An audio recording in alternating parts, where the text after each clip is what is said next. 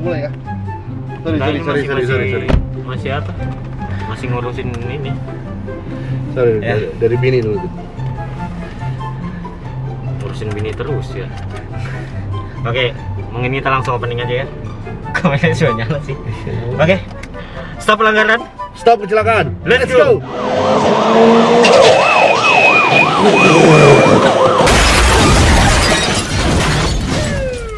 Oke guys, kembali lagi dan kita Dr. Crash yang pastinya akan membahas kecelakaan. Wih, betul sudah kata-katanya. Iya. Ya, jadi pada kesempatan kali ini kita bakal mereaction seperti biasa ya cuy ya. Jadi kita tidak cuman asal mereaction, tapi kita mencari solusinya. Salam safety pokoknya ya. Oke, jadi kita langsung lihat aja nih ya. Ada kiriman nih Pak dari Novelia. Novelia Andrianti. Nah itu susah banget namanya. Yahoo. Yahudot, kenapa ditambah Yahudot? Oh iya. Oke, mungkin kita langsung lihat aja nih kira-kira apa sih videonya. Oke, di sini kita bisa lihat ya, ini ada mobil putih. Wow, disenggol bung. Waduh, basah berdebu-debu. Waduh, main sulap dia cuy, anjir tiba-tiba di depannya. Aduh. Itu Bisa tadi kenapa ya? Coba diulang nih. Sampai terburai kayak gitu ya. Kenapa ya tadi? Kita ulang ya, kita Oh, ulang. iya. Kita lihat lagi nih. Mobil hitam mulai menyelip. Bung. Kayaknya sengaja sih ini. Apa memang aksinya kayak gitu ya? Dia ini pengen ngasih kejutan. Ditutup. Halo, ibaratnya. masuk prank gitu. Aduh. Tapi kok bisa kayak gitu ya? Itu disengaja kelihatannya. Sengaja, kayaknya sih sengaja.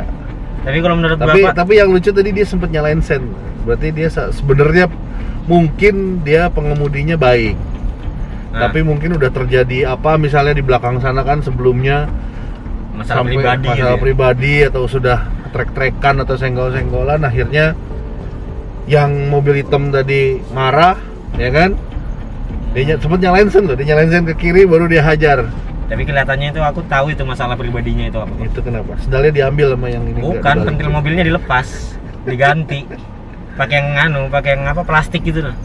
Padahal beli Iya. pentilnya tuh yang 5 ribuan tuh. Nah, Yang ada lampu-lampunya. ini kalau muter jalannya satu warna Iya. gitu kan.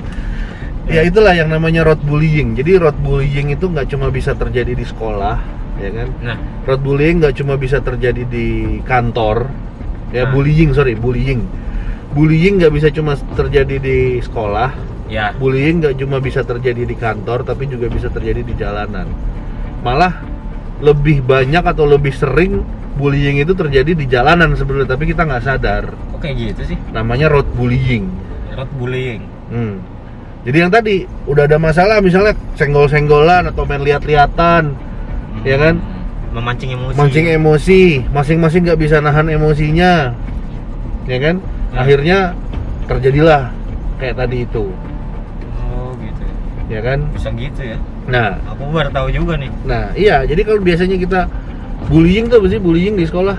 Ya, apa ya, kayak dilecehkan. Lecehkan, Nah, melecehkan, ya kan? Sama Iya. junior gitu kan, noyor-noyor kepala gitu Ya, kan. pokoknya gitulah.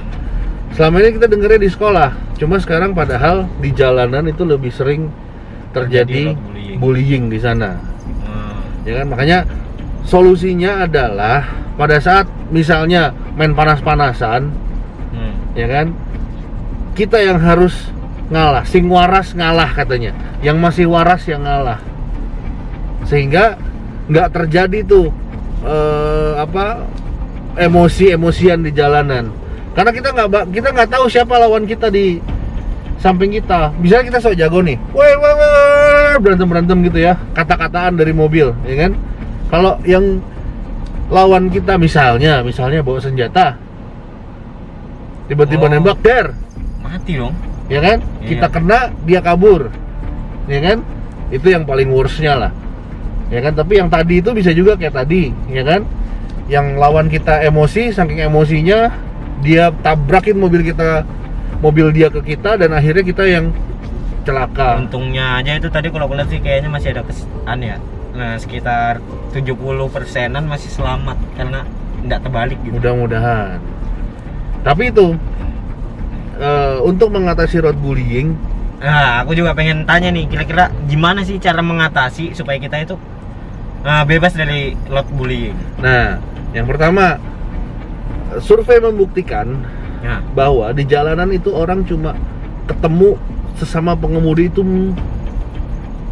maksimal 10 detik. Oh, 10 detik sih? Misalkan ini lampu merah. Ya kalau lampu merah beda lagi, tapi kalau di jalanan, kendaraan lagi jalan, itu paling 10 detikan kita bersampingan atau kita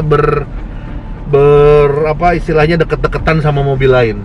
Sisanya ya kan itu udah pergi atau mungkin udah jauh mobilnya. Ya kan, jadi saran saya kalau terjadi seperti itu, tahan aja 10 detik. Jadi dihitung gitu ya, 1. Nah, dihitung ya, tahan marahnya 1, 2, 3, 4 sampai 10 detik supaya kita emosinya juga redam. Yang mobil di sana juga emosinya redam. Jangan dilawan. Oh, gitu. Ya kan? Jadi bisa kayak gitu ya. Tapi kalau misalkan di mana? Di rumah supaya ndak terbuli di rumah, gimana itu supaya ndak emosian gitu? Nih kalau nggak mau emosian, ya kan? Kalau di jalan tadi ya, hitung 10 detik. Nah, ya kan? Di kantor pengen marah-marah sama anak buah misalnya, ya kan? Sama temen, ya kan? Tahan napas, ambil napas, ya kan? Hitung 20 detik.